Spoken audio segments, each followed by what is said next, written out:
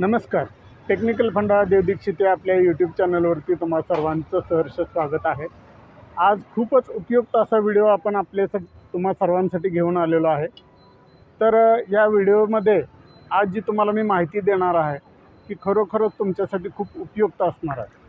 तर आपण जे उन्हाळा चालू झाला आहे त्याच्यामध्ये कोल्ड्रिंक पितो, हे कोल्ड्रिंक शरीरासाठी अत्यंत धोकादायक आणि घातक आहे.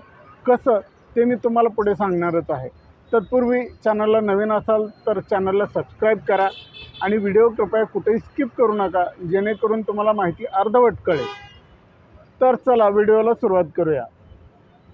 तब्बल एका 250 मिलीच्या कोल्ड्रिंकमध्ये 30 चमचे किंवा 30 ग्राम साखर असते. आता तुम्ही म्हणाल एवढी साखर कुठं असते का? तर ही साखर लपवण्यासाठी कोल्ड्रिंक्सवाले काही विशिष्ट केमिकलचा वापर करतात आणि ही साखर आपल्या शरीरामध्ये कोल्ड्रिंकद्वारे जाते. या कोल्ड्रिंकमध्ये कॅफेनचं प्रमाण हे जास्त असतं, त्यामुळं आपल्याला तात्पुरती ऊर्जा मिळते किंवा तरतरी वाटते.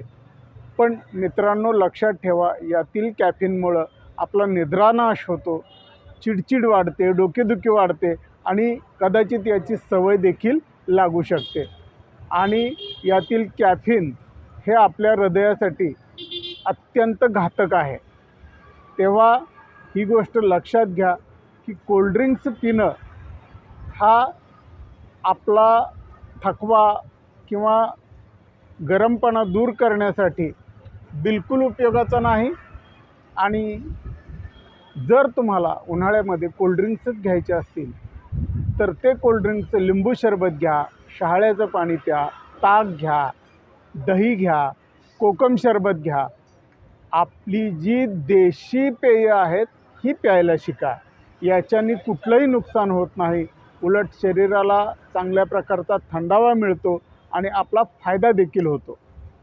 तेव्हा कृपया लक्षात घ्या की कंपन्या त्यांची पेय जाहिरातींच्याद्वारे आपल्या माथी मारतात आणि आपण हिरो हिरोईनला किंवा जाहिरातीमधील मॉडेलना बघून ते पेय प्यायला शिकतो. खरं तर आपल्याकडं ताक असेल, लिंबू सरबत असेल, कोकम सरबत असेल, आवळा सरबत असेल, ही जी देशी पेय आहेत ही शरीरासाठी खूप चांगली आणि ऊर्जावान आहे.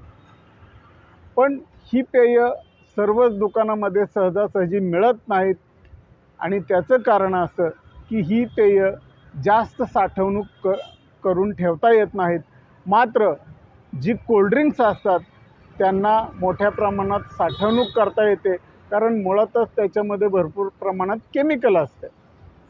त्यामुळं लक्षात ठेवा, शरीर जर खरोखर ऊर्जावान बनवायचं असेल, शरीर जर खरोखर चांगल्या प्रकारचं ठेवायचं असेल, निरोगी ठेवायचं असेल, तर कोल्ड्रिंक्स जर तुम्ही पित असाल तर ते आजपासूनच पिणं बंद करा आणि कुठल्याही कोल्ड्रिंकच्या जाहिरातीला बळी पडू नका आणि आपली देशी पेय प्यायला सुरुवात करा. धन्यवाद. पुन्हा भेटूया अशाच इन्फॉर्मेटिव्ह व्हिडिओमध्ये. तोपर्यंत नमस्कार. धन्यवाद.